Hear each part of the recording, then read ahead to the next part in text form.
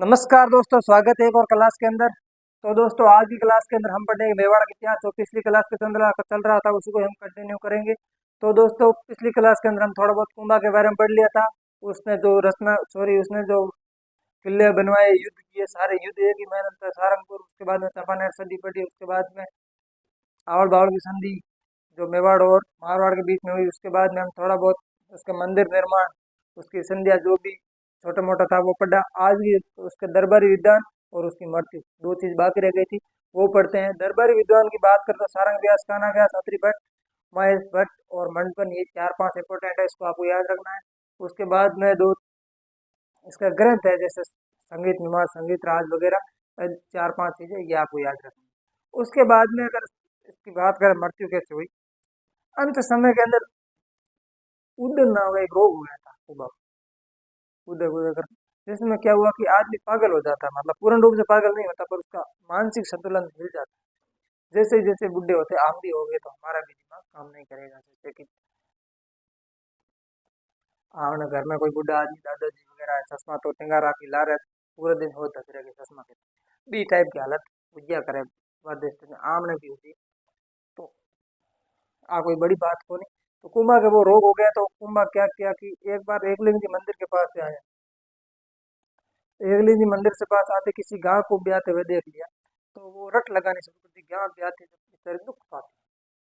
तो जैसे ही आए दरबार में, कोई ले राणा जी पानी पी लो, पानी के पी ला, गांव ब्याजन बेचारे दुख बहुत पाते। तो बाद में आए कोई रोटी खा लो, और सैम सैम रट लगाने शुरू कर दिया मैंने। बाद में किसी चारण ने कोई दुआ बोला कि ये रट तो छोड़ दी। और इसका पुत्र था उदा, जरूर औलाद है, नाजुक औलाद, बा औलाद नहीं। उदय ने क्या किया, बाद में किसी कारण कैसे मारा होगा, अपने पिता की को मार दिया, और खुद 1468 में मार कर राजा बन गया। कौन? उदा।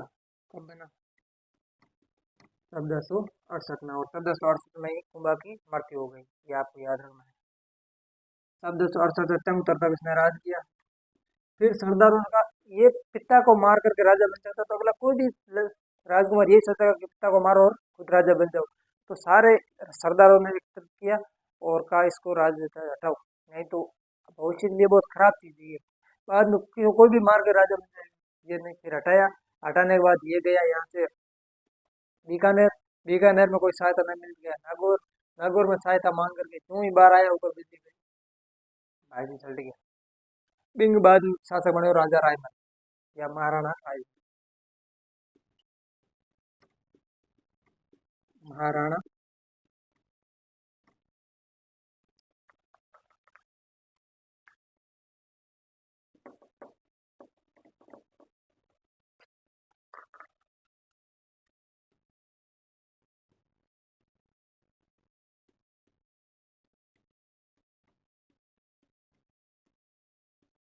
राय।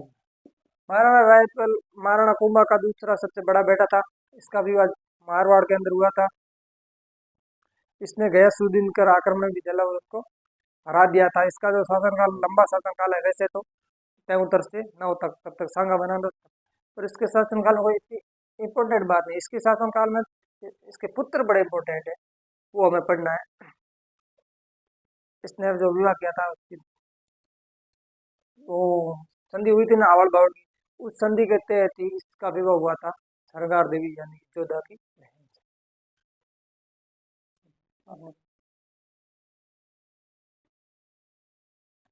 शासनकाल ले लेते हैं 1473 से 1509 के मध्य। इसका विवाह किससे हुआ था? सरगार।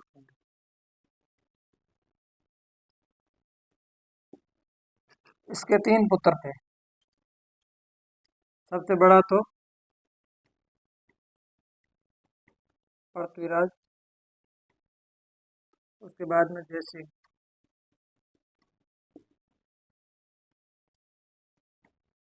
उसके बाद में सांगा, जिससे दूसरा नाम है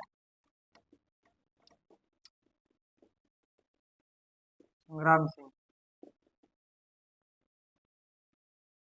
अब वह क्या कि इन दोनों में बड़ा भाई है, छोटा ये। वैसे तो इसके 11 रानी और 13 पुत्र थे, पर हमें ये तीन याद रखने हैं। सबसे बड़ा पृथ्वीराज, जय सिंह और संग्राम सिंह। उसके बाद में किसी एक दिन कोई दरबार में कोई आया हुआ था, ब्राह्मण बहुत बड़ा। तो दरबार में ब्राह्मण राणा जी पूछ लियो कि मारे तीनों पुत्री में राजयोग की मोटो छोटो क्यों बतायो नहीं, ओ मोटो छोटो पण वेदियो राजयोग तो है सांगे को। ये भाई दिन गुस्सा आ गया, क्या मारो क्यों नहीं, मोटो तो हूँ, उड़नो राजकुमार गए। इसका उपनाम क्या है? उड़ना राजकुमार। अब हुआ क्या, जैसे ही उन्होंने वो कहा कि ये राजयोग सांगा का है, पर इसको गुस्सा आया तो इसका एक भाई था, मतलब चाचा था पृथ्वीराज का, और रायमल का भाई था छोटा। उसने कहा कि इसका कुछ नहीं है। एक पास में एक गांव है, वहाँ की एक विधि है, मतलब कि ज्योतिषी है, उसका नाम की चारणी चारणी ज्योतिषी है, गवर्नमेंट होम के नाम का गाँव था। हम उसके पास चलते,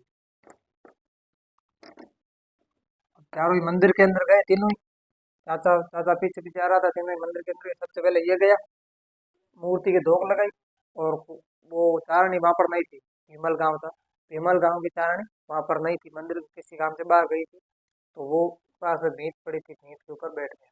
बाद में ये पहुंचा, इसने भी मूर्ति को सिर झुकाया, और पास में कोई पड़ा था, उस पर बैठ गया। सबसे पीछे है संगा। अब बेदो ने जिया रोक ली। अब देखियो बेवा के पास में कोई शेर की खालड़ी थी। शेर की खालड़ी पड़ी ना भाई जी, शेर की खालड़ी कर दी। बाद में तानी आई, क्या टाबरो क्यों आया, क्यों तू क्यों आया? माने ओ पतो कि मारती न मु राजा कौन है? जब वो शेर की खाल में बैठो मोई राजा बने। भाई जी पारो ऊपर, क्यों हूँ अगर मोटो भी ऊपर ओ क्या बनी हो? तो इसने क्या किया, तलवार निकाली, इस पर कर दिया अटैक। वही राजा बने, अम्मी सल्टा दो राजा बन के। तो इसने जैसे ही सल्टाया, काको बीच के आयो, भाई जी की आंख फूट गई। अस्सी गाँव पहलो गाँव, पहला घाव यहाँ पर लग गया, और भाई जी फरार। एक दियो आंख में था, ये चला गया श्रीनगर।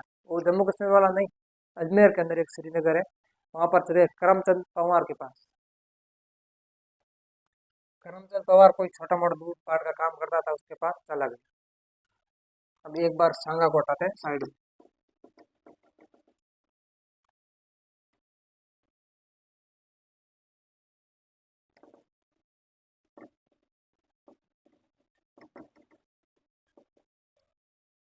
अब पहले जय सिंह को लेते हैं, क्योंकि इसकी मृत्यु पहले हुई।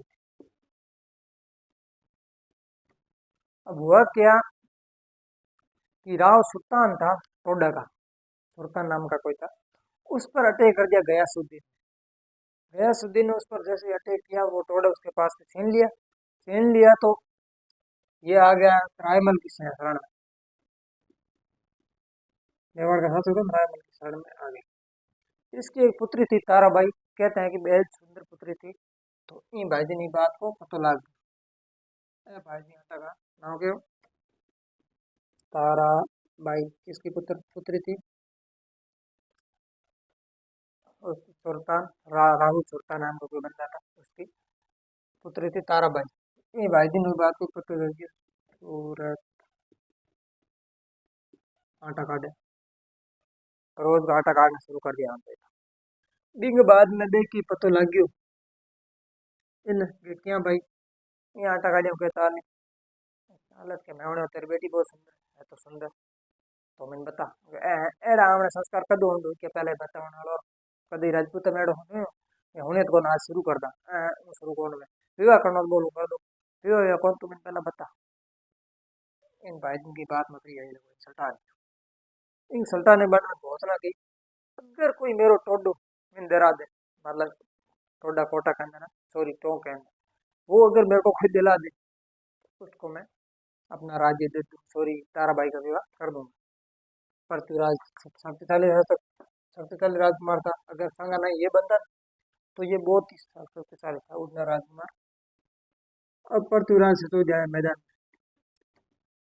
में आके थारो भाई जोगर निकला है वो तेरो टोड़ू थे नो गयो पहला कि वो अटैक गई सुदिन माते बितों परियों अजमेर को मलुक था इनकी सहायता करना है गयासुद्दीन की। ओके हम जैसे ही सहायता करना आए दोनों ने हरा दिया और टोडा मत अधिकार हो साथ साथ में अजमेर पर भी अधिकार हो।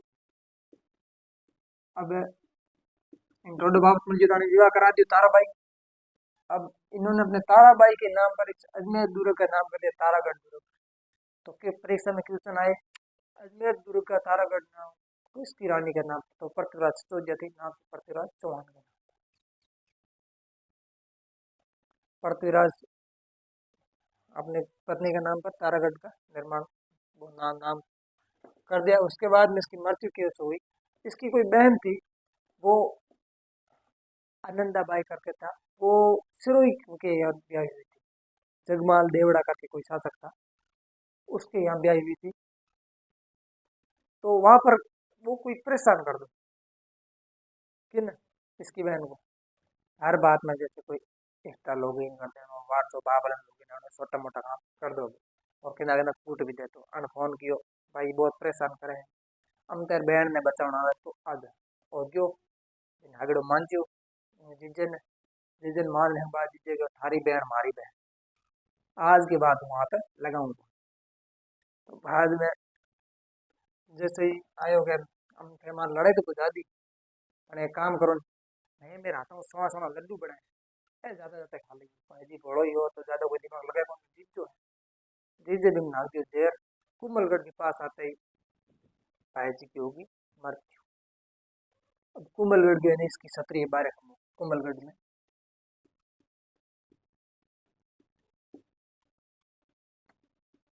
बारह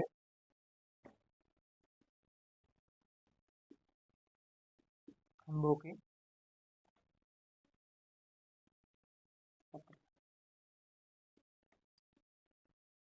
12 खंभों की क्षत्रिय कोमलगढ़ में किसकी है तो आपको उत्तर देना है पृथ्वीराज या नाराज।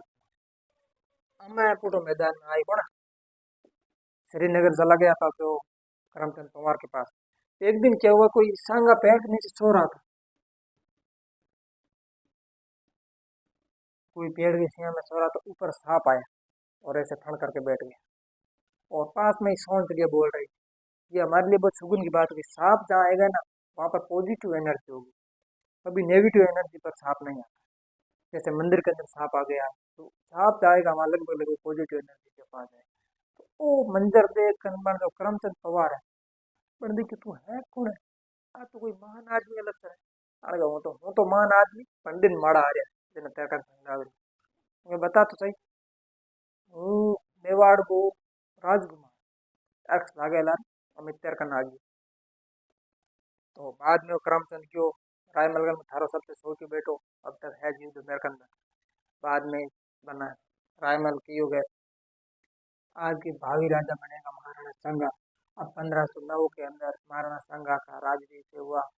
ये बहुत बड़ा शासक है इसको पढ़ने के लिए हमें एक अलग सेपरेट क्लास लगेगी हम पढ़ेंगे इसको अगली क्लास में। तब तक के लिए जय हिंद जय भारत चंद्र पर जरूर।